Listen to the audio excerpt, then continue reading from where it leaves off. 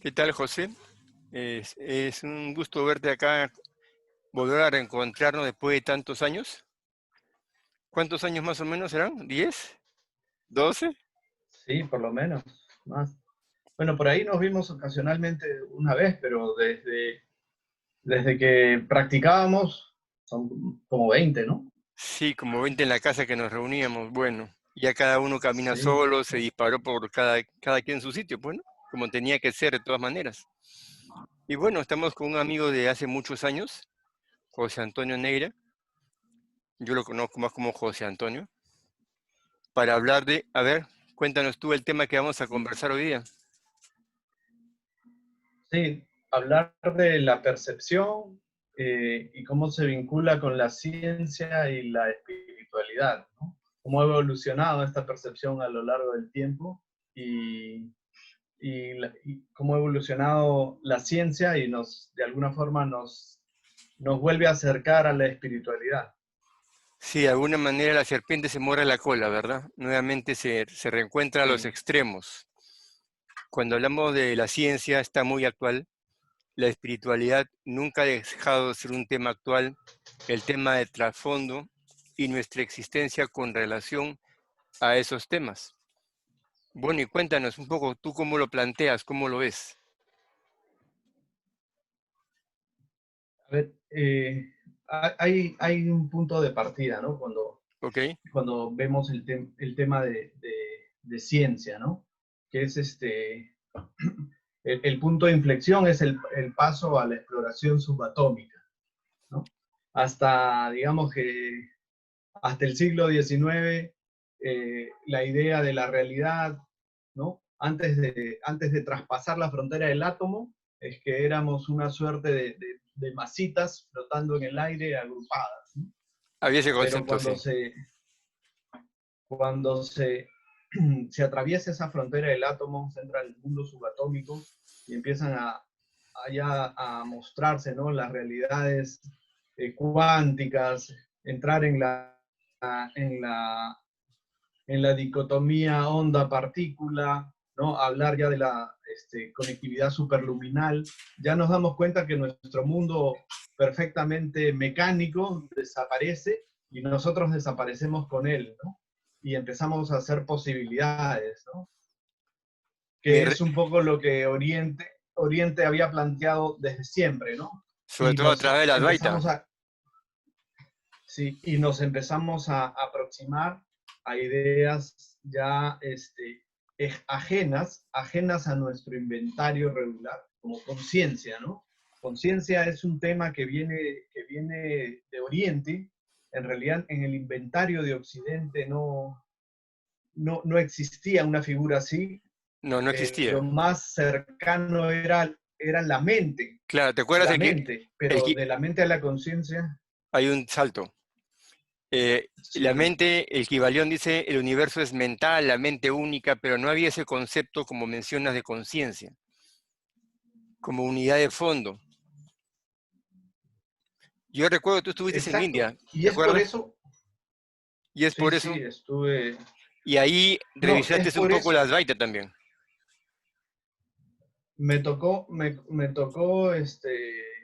Me tocó experimentar muchos temas interiormente y aproximarme a nuevas, nuevas estructuras, por decirlo de alguna forma. Lo interesante aquí es que hasta la fecha, Occidente, sin tener un inventario de lo que es la conciencia, ha tomado los términos y todavía no los puede incorporar bien.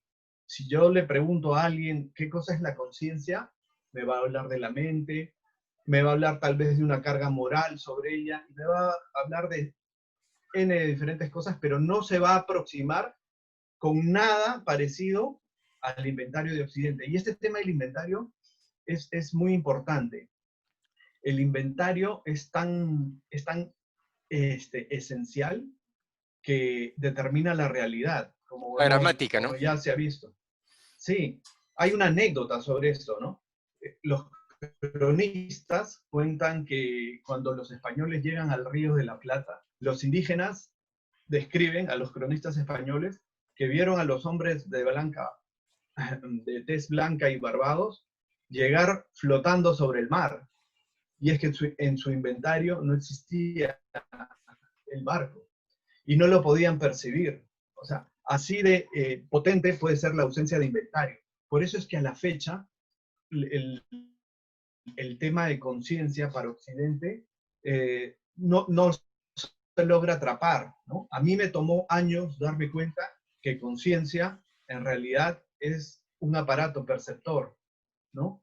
Por aproximarlo a la idea más básica de Occidente, ¿no? Pero en Sí, ningún sí. libro vas a encontrar que eso es un aparato, que la conciencia es un aparato perceptor y que lo que nosotros en realidad somos es perceptores. Sí, sí. Cuando hablas de la percepción, el perceptor o el observador o esta realidad, esta matrix o como quieras verlo, sí era consciente eso que acabas de contar, que los indígenas no veían los barcos porque en su gramática, en su inventario no existía. Nuestra realidad está siendo percibida desde lo que entendemos como realidad. Hasta ahí nomás llegamos, hasta ahí nomás nos relacionamos o podemos entender. A veces cuando hemos querido conversar sobre la meditación y preguntan, ¿qué es la meditación? ¿Qué es la meditación? Decimos, no, la meditación tú no la haces. La meditación sucede como parte de una experiencia. Ese es otro de los temas, ¿no? La percepción del lenguaje, ¿no? Yo recuerdo que no me acuerdo si fue contigo o en el grupo o por ese tiempo que hablábamos del lenguaje y, por ejemplo, Sí, hablar de la percepción, hablar de la conciencia es más o menos entrar en una suerte en una suerte de conflicto como el que te voy a mostrar, ¿no? ¿Se logra visualizar esto? veo un ¿Sí? Y cuadrado, yo te sí, pregunto qué veo es un cubo. exacto, ¿no? Exacto. Entonces, ese es el inventario, porque en realidad, un cubo es esto, ¿no? Porque ¿Ya? tiene 3 dimensiones, ¿no? Entonces, esto que tiene 2 dimensiones es una representación a algo de 3 dimensiones. Y es lo mismo cuando hablamos de conciencia. Conciencia es algo que está en una dimensión distinta al verbo, al lenguaje. Y cuando utilizamos el lenguaje, no podemos describir a la conciencia, solamente aproximarnos como si fuera un dibujo, ¿no? Y Por eso es que yo recuerdo cuando comentabas sobre el libro del Tao, ¿no? Que al ajá, inicio del libro decía, todo esto no es el Tao. sí. Lao Tse decía, ¿Recuerdas ya? todo lo que pueda ser dicho no es Tao. Sin embargo, trataba de hablar de algo, ¿no? Ahora que tú has mencionado, me ha llegado a la mente el recuerdo de la palabra Soham, cuando dice, yo soy eso. ¿Me escuchas? Sí, sí, ahora sí. Ya, ok, la palabra Soham dice, yo soy eso. Pero ¿a qué eso? Eso, pues. O sea, no va a Así definirte, es. va a reventarte la cabeza como si fuera ¿no? un virus ahí en tu cerebro. No, las palabras y el verbo no pertenecen a esa dimensión. Por eso es que en Occidente, en la tradición cristiana, por ejemplo, los textos sagrados, y en todas las tradiciones los textos sagrados son poesía. En la Biblia encuentras qué es el reino de Dios, es como una perla, ¿no? Es como, ¿no? Porque el verbo no pertenece a esa dimensión para poder describirlo. Cuando Entonces, mencionas, la poesía es una manera más cercana de llegar a algo que no puede ser definido. Cuando exacto, ¿no? mencionas la poesía, el hemisferio izquierdo, que es conceptual, ¿verdad? El hemisferio derecho es poeta, es global, es abierto. A través de esa sugerencia poética que mencionas, podemos acceder a una mayor información. Exacto, esa es la idea. Y cuando hablas de hemisferios, perdón, Sí, cerrar la puerta, cuando hablas de hemisferios, viene lo más interesante, ¿no? Que ya está vinculado con la ciencia. Y es que la propuesta científica, ¿no? Hay un conocido fisiólogo del cerebro que se llama Carl Libram, Ok, postula que el cerebro en realidad es un holograma, ¿no? te das cuenta, Funciona como un holograma. Normalmente este tema del holograma siempre se malentiende, ¿no? Me gustaría explicar esta claro, claro, diferencia. explícalo, a todos nos sirve. Eh, Cuando se escucha el término holograma siempre se piensa en la imagen tridimensional que se ve, ¿no?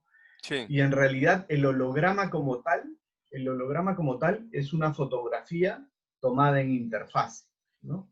Cuando se le proyecta un haz de luz láser, se genera la figura que se ha primeramente fotografiado por interfaces en esta placa fotográfica. Y ujú, esta sí, placa fotográfica es el holograma. Por eso es que cuando te dicen tu DNI tiene holograma, tu tarjeta tiene holograma, se refieren a una pequeña placa, ¿no? No a la imagen tridimensional.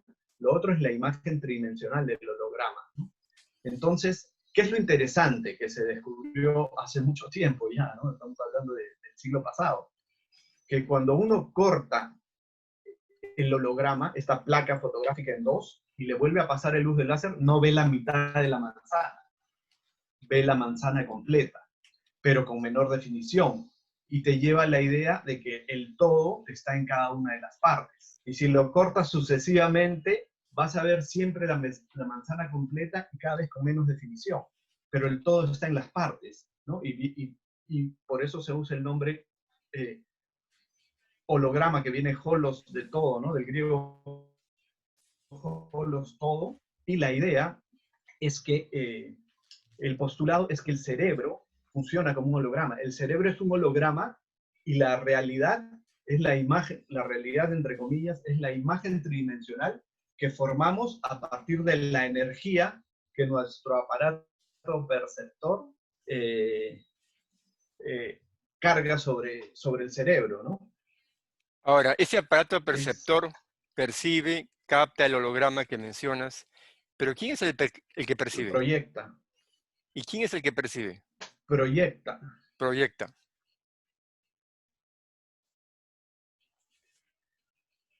¿Se colgó? proyecta. Son perceptores, yo te escucho bien. Sí, sí, Quien percibe es el propio aparato perceptor. pero no hay sujeto adentro. ¿No es, perdón? El aparato perceptor percibe, pero ¿adentro hay un sujeto o no? No, Ahí va.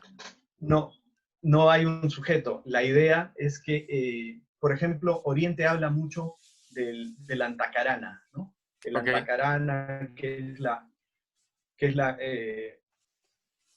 es la suma del intelecto, la mente, el discernimiento, ¿no?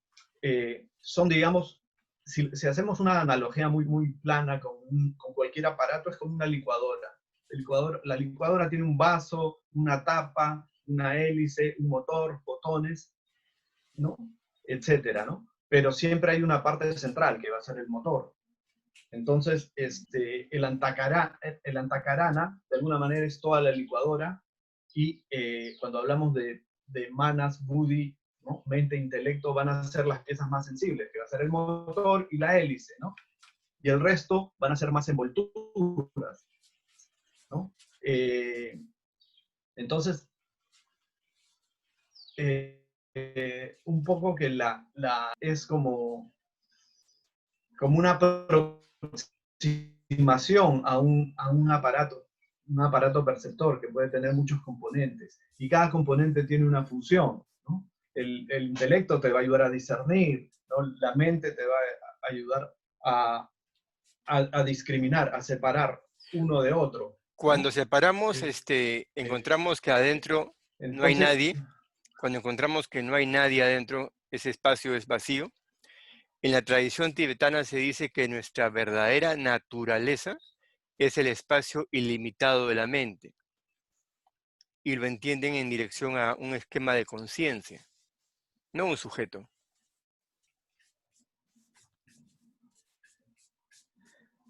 de alguna manera,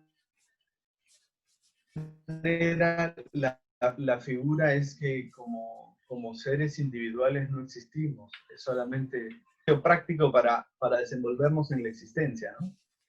Y aquí es la diferencia, entre lo que hay hacia donde nos ha ido llevando la ciencia versus los esquemas de espiritualidad y del conocimiento, ¿no? Se dice, algunos autores sostienen que hay tres grandes líneas del conocimiento, ¿no? La primera es la que viene de la tradición judeocristiana, que proviene de Ok. Egipto, y que habla del alma, el paraíso, la salvación, etcétera, ¿no? Es Ujú. una forma de conocimiento estructurada para tener un control, ¿no? Como está, es más que evidente que han sido las sociedades que vienen desde Egipto y que han recibido toda la tradición judeocristiana, ¿no? El control a través de un conocimiento religioso. La segunda vertiente la vinculan al Tíbet y a toda la India, ¿no? Donde de alguna manera se rompe la figura del paraíso tal cual, pero hay una especie de encapsulamiento por un tema de reencarnaciones sucesivas que Ok. finalmente te van a llevar a lo mismo, ¿no? Se sostiene que de alguna forma lo que hicieron era revelar ciertos niveles según la estructura de energía de las personas, ¿no? O sea, en la primera figura, quienes tenían una estructura de energía particular, por ejemplo, en Mesoamérica se les llamaban nahuales, estaban compuestos por sus conciencias, sus aparatos, digamos, eran de 4 hélices y el del común de la gente de 3 hélices. Entonces, Ajá. en Egipto esa tradición la utilizaron para controlar. En Oriente revelaron a las masas más conocimiento, pero igual se reservaron para un grupo con una configuración de energía particular, otros estados, ¿no? Lo que no sucedió en Mesoamérica, ¿no? Con los toltecas toda la línea de conocimiento que baja hasta los incas, ¿no? Donde sí hablaron de lo que ellos llaman la tercera atención, ¿no? La primera atención es como la forma, la segunda atención es como el mundo astral espiritual y la tercera atención es una abstracción mayor que va más allá de la individualidad como se conoce, pero sí resulta individual. Y el conocimiento de esta atención les permitía, entre comillas, la inmortalidad individual, ¿sí? O por decirlo de otra forma, la continuidad de la conciencia en otro nivel, ¿no? Ajá. Y al punto de que esta continuidad la podían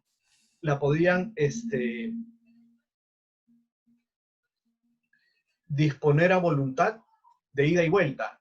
¿A qué me refiero con esto? ¿No? La figura más conocida que tenemos en Occidente para esto es la ascensión, ¿no? Ok. Llevarse el cuerpo a otro plano y volver, ¿no? Como se conocen las tradiciones de los chamanes que aparecen, desaparecen, etcétera, ¿no? Incluso cuentan que los toltecas, cuando llegan los españoles, o previo a la llegada de los españoles, y esto es una de las dudas de la historia de cómo encontraron civilizaciones tan avanzadas y ciudades vacías, fue que hicieron el salto, lo que ellos denominaban el salto, a la segunda y tercera atención de forma colectiva. Me hace recordar a los nahuales, me hace recordar a Carlos Castañeda.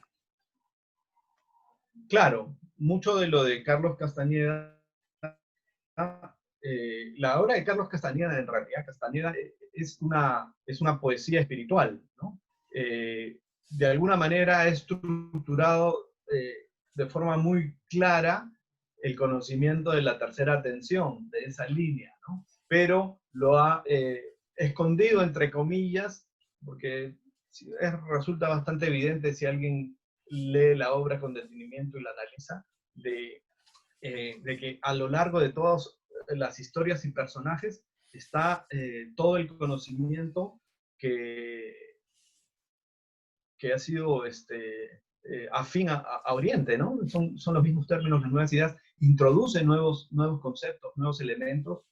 Y dime, y ahora la nueva posición que mencionas, porque vamos de la primera, segunda, este tercer momento, ¿cómo lo ves? ¿Cómo lo planteas? Cuando hablamos de las atenciones, ¿no? Lo que dominan las atenciones, ¿te refieres? No, me refiero que en la antigüedad hubo un momento, después vino otro y estamos en el tercer momento, en la tercera, en el cambio de paradigmas, cambio de estructuras, todo se abre, comienza un proceso de transformación, la ciencia va al átomo, va más allá. ¿Cómo captas todo eso ahora? Sí, sí. ¿Me escuchas? Ahora sí, ahora sí. Te menciono Sí, que estamos en otra época en el sentido de que hemos entrado al átomo, a la percepción, ir más allá, a que la conciencia es, el individuo no es real. ¿Cómo entramos en todo eso? lo que sucede es, y ahí hay un tema bastante anecdótico, se habla mucho de los portales, ¿no? Los portales cuánticos, los saltos cuánticos, y toda una parafernalia, digamos, contemporánea, de espiritualidad contemporánea, Sí, que en realidad no guarda coherencia con los principios de fondo, ¿no? Cuando hablamos de saltos cuánticos, cuando hablamos de portales, no son temas que estén agendados en un calendario, ¿no? Porque como vimos con el ejemplo del cubo y la proyección del ajá, cubo, sí. pertenecen a otra dimensión y están fuera del tiempo. Entonces, resulta cómico y absurdo pensar que va a haber un portal cuántico en una fecha calendario del año cuando estos conceptualmente están más allá del tiempo. Más allá Pero de lo que tiempo, sí es más allá de cierto, espacio. Sí, sí, por eso resulta incoherente, ¿no?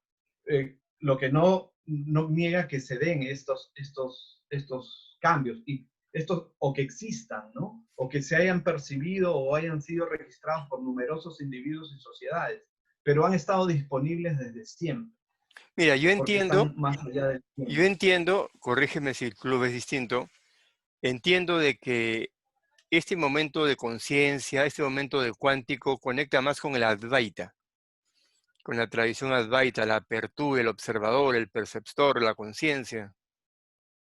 ¿Qué es lo que sucede? A ver, eh, así como hay una estación de cosechar y sembrar, cuando llega a cierta época del año y cae la fruta sola del árbol, bueno, lo que múltiples tradiciones e individuos últimamente vienen registrando, mencionando o percibiendo, es que se está cada vez más consolidando una variación en la Tierra, ¿no? Como ente que nos sostiene a todos. El campo magnético eh, Está está, cambiando, ¿no? digamos, está cambiando. Hay mediciones,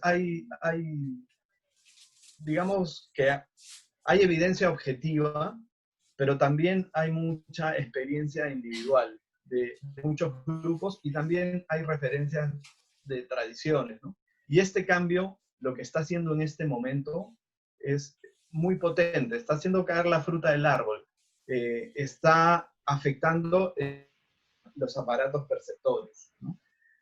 Ujú.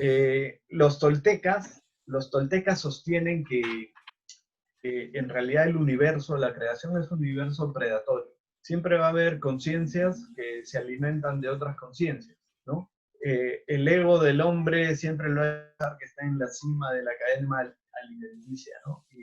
Lo ha y no demostrado es bien así. siempre. la mayoría de tradiciones, de alguna u otra manera, hacen referencia a otras formas de conciencia. En el caso de las tradiciones mesoamericanas, son muy gráficos. Ellos hablan de conciencias inorgánicas, que son predadores del hombre. Y en realidad se comen la energía para que su aparato perceptor funcione y puedan ser, entre comillas, conscientes. Me ha Y hecho... lo que sucede es que la variación del campo magnético de la Tierra está cambiando y está alejando a esos depredadores. Algo así como que llega la noche y se van los zancudos. me hace... Entonces el aparato perceptor del individuo está siendo cada vez más sensible y está funcionando cada vez más. Y esto se percibe de forma colectiva, ¿no? Individualmente, las personas más sensibles hace algún tiempo ya notaron la diferencia, ¿no? Casi como pasar por un portal de un umbral de una puerta a otra. Hace años, cuando estábamos en la casa, hace años atrás, cuando hablábamos de Krishnamurti o mencionábamos a Nisargadatta, era un tema que a pocos nos quedaba claro, el resto estaba más en las formas. Sin embargo, los momentos, los tiempos, los procesos van cambiando.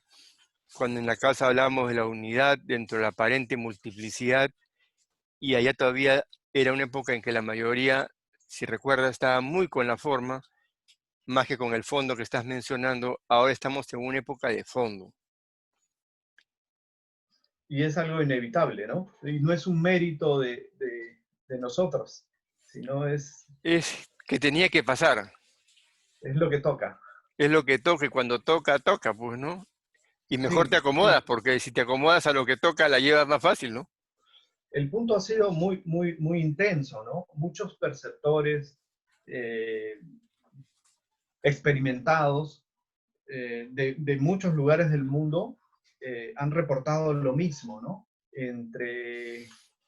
A inicios de marzo, una aceleración muy potente.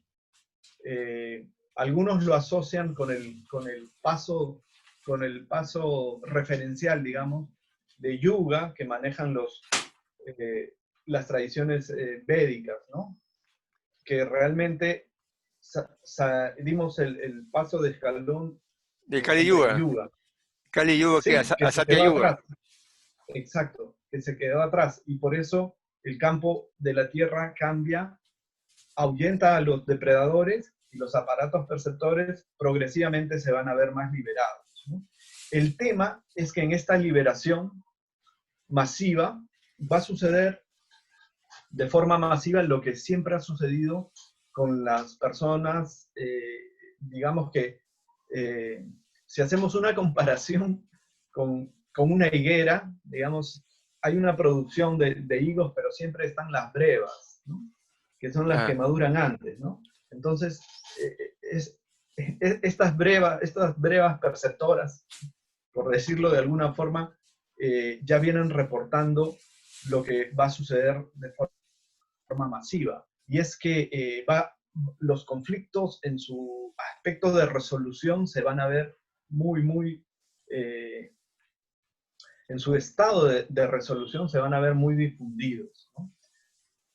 Entonces, digamos que la masa va a experimentar las resoluciones de conflictos, ¿no? Por ejemplo, ahora en esta coyuntura de aislamiento, usualmente... Nos ha hecho interiorizarnos a todos. Sí, y los conflictos de separación, porque ha habido una separación importante, van a empezar a mostrarse, ¿no? Afecciones en la piel, etcétera, ¿no? Las ¿Y qué es lo reacciones. importante? Las reacciones, ¿no? Pero ya es en la etapa de resolución.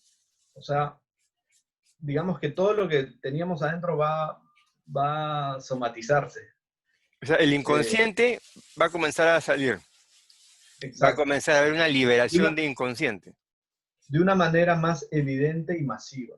¿Te acuerdas ¿No? cuando antes hacíamos renacimiento, que respirábamos Exacto. para votar, ahora Sí, sale solo ya. sí. Y el tema es que esta coyuntura de separación nos pone en desventaja en la medida que el ser perceptor, una de sus envolturas es una envoltura bioeléctrica que necesita un contacto. Y, y mientras menos alimentación tenga de ese contacto, la resolución va a ser un poco más dura, más drástica. De ahí la importancia de que quienes llevan un aislamiento en grupos tengan un contacto físicamente muy cercano. Es decir, en otras palabras, los que tienen la oportunidad de estar en grupos, en pequeñas familias o grupos de personas, mientras más se abracen, van a lograr reequilibrar la carga bioeléctrica para que esta resolución les afecte menos. O sea, es decir, el Tantra tenía razón. Volvemos a Oriente, ¿no? El abrazo ahora es algo fundamental, ¿no? Hay que abrazarse Fundamental. para que el campo bioeléctrico se esté procesando, se esté retroalimentando. Somos Sí, perceptores con una carga electrobioquímica que tiene que estar en movimiento a partir de ese chispazo, digamos. exacto. Es Una, es una la vez, analogía. una vez escuché a un grupo hace tiempo que decía de que la OMS había dicho, no sé si sea cierto, estoy repitiendo, de que había que abrazarse mucho para estar más o menos sano, ¿no? Que el sistema inmunológico, todo el sistema se retroalimentaba a través de un abrazo. Ahora me estás dando a entender el porqué de ese abrazo, el porqué de ese comentario. Porque siempre hay comentarios, ¿verdad? Pero hay que entender el porqué de tal o cual cosa. Cuando has mencionado y me has mostrado el ejemplo del dibujo del cubo y después el cubo, me vino a la mente un comentario japonés que dice, hablar de comida no quita el hambre. Es decir, el cubo es, la imagen es una referencia. Y si las palabras, la gramática, como has mencionado al principio, no están claras, entonces estamos confundidos. Las cosas a medias no te dan una claridad suficiente para ir viendo por dónde es. Esa gramática siempre me ha estado a mí en la cabeza dando vueltas. Siempre que estamos conversando de alguna manera, ¿qué se quiso decir? ¿De qué estamos hablando? ¿Qué quiere decir esto? ¿Qué quiere decir lo otro?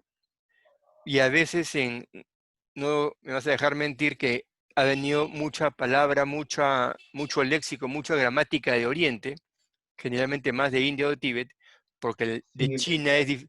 de China es tan difícil pronunciar el chino que es difícil que llegue para acá, pero Y lo que que, y esas cargas, esas gramáticas están muy mal entendidas muchas veces. sin inventario. No hay inventario, Es que no hay ¿no? relación. Una vez a una chica estaba con otra en el micro y le dice, estás carmeada. Y entonces la palabra carmeada no existe en India, pues. La palabra karma viene samskaras, viene vasanas, karma, es toda una estructura, pero inventamos palabras sobre lo que no entendemos. Y se crean Exacto. modismos sociales que aparentemente te dan una claridad, pero de nada. Ahora se usa, hay una moda de utilizar la palabra me resuena, ¿no? Me resuena. Sí, cuando les dicen algo y les toca, ¿no? Y no es que sea una mala moda, ¿no? Ni estoy haciendo un juicio de De valor valores. Ajá, ajá. sobre eso, ¿no? Sino que de alguna forma se populariza esta figura, ¿no? O sea, cuando mostramos la imagen del cubo, me resuena el cubo porque tengo la experiencia en la tercera dimensión, tengo la experiencia del cubo, por eso me puede resonar, ¿no? Ujú. Por eso ese dibujo en dos dimensiones me puede resonar a la tercera, porque yo soy de la tercera dimensión o también experimento en la tercera dimensión y por eso entiendo, ¿no? Entonces, Y cómo entendemos una cuarta o quinta dimensión? ¿Cómo lo entenderíamos? Lo que pasa es que es lo del cubo, ¿no? Ya no No, alcanza no alcanza la gramática, los conceptos. no alcanza con el verbo. Me hace... Por eso Sí, en esta conversación, lo más probable es que la pregunta de fondo para muchos cuando hablan de espiritualidad no aparezca, ¿no? Porque la pregunta sería, ¿y dónde queda el amor? ¿No? Entonces, está en otras dimensiones de las cuales no vamos a poder hablar. Quizá a alguien, entre comillas, le resuene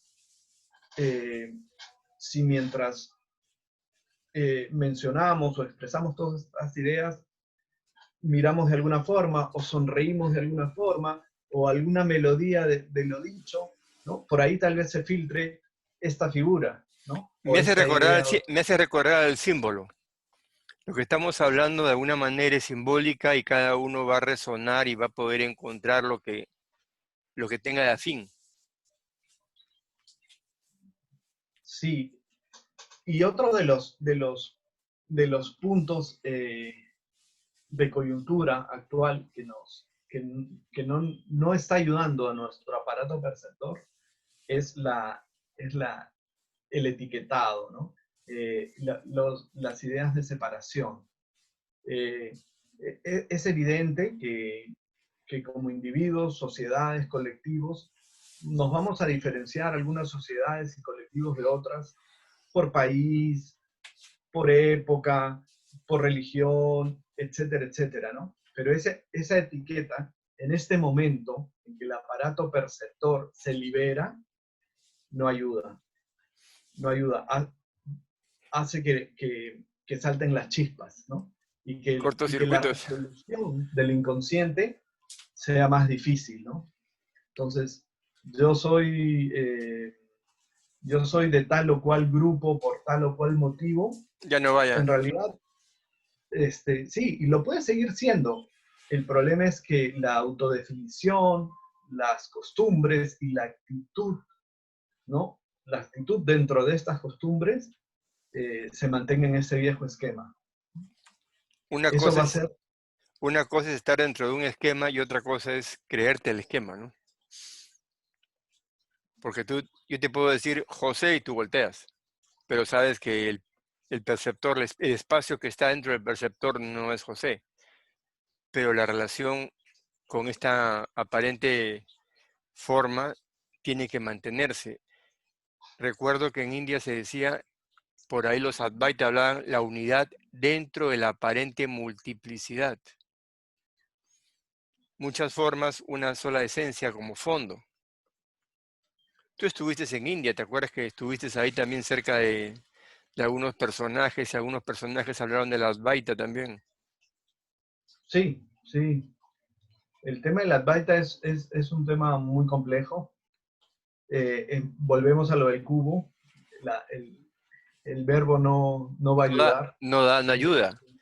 Es más, Él rechoca, en vez de resonar, rechoca con lo que conoces. Todos tus conceptos, tus paradigmas, tus prejuicios, tu esto y el otro, con los esquemas de la Advaita no resuenan, generalmente rechocan. Pero algunos rechocarán para muchos, pero 3 o 4 gatos, pues, resonará, pues, ¿no?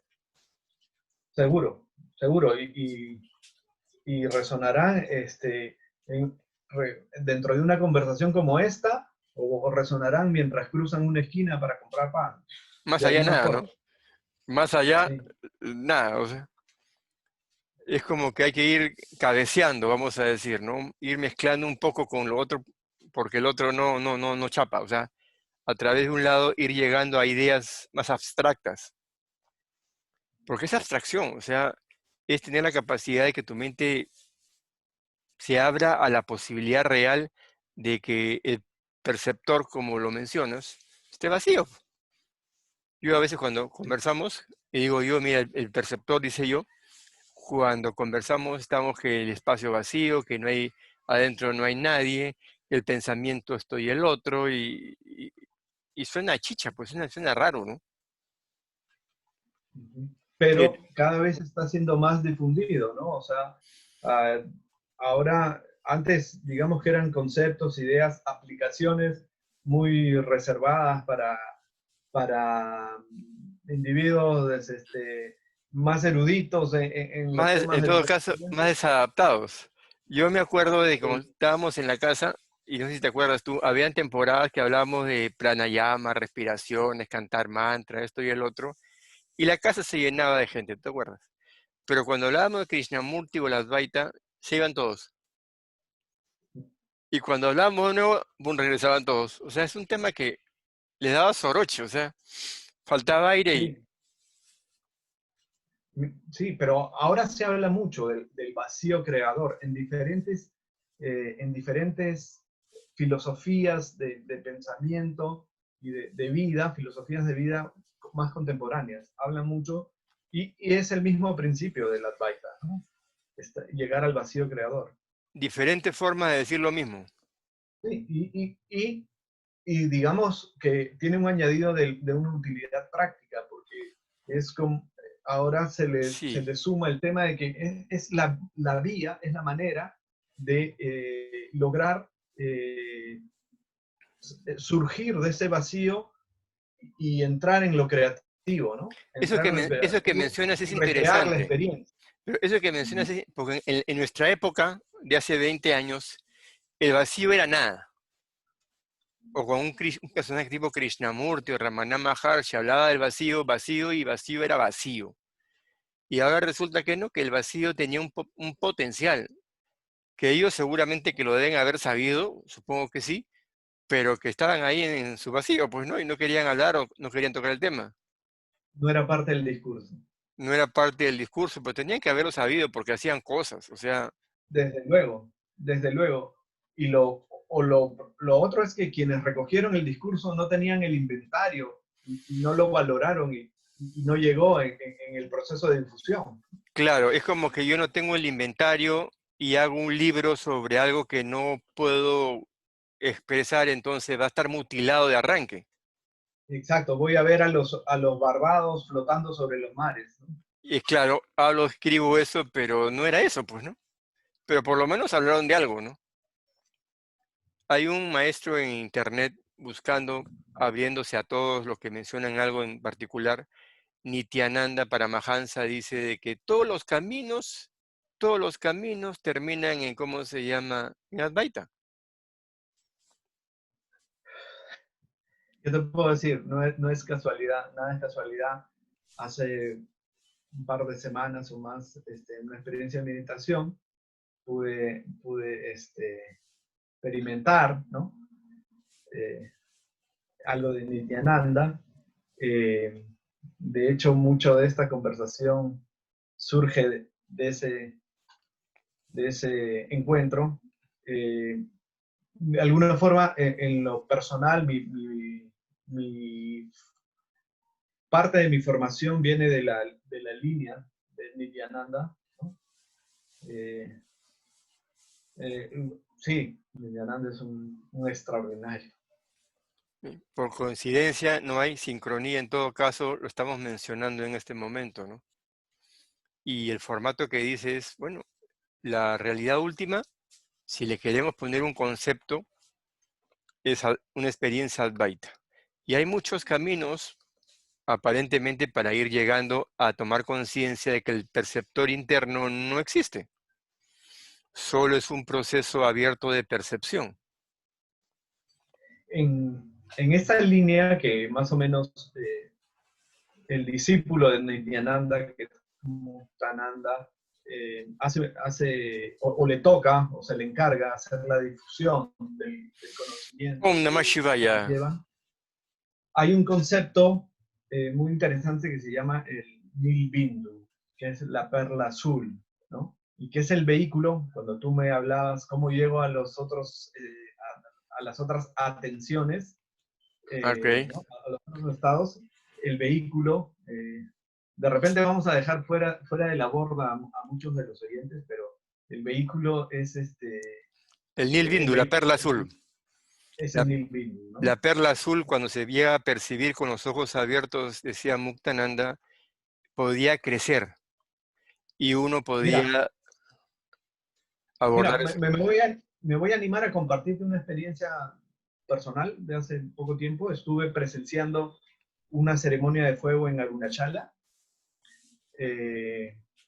Hace otra, distinta a la que comentamos hace unos días, una anterior hace unas semanas, y mientras veía el enlace, ¿no?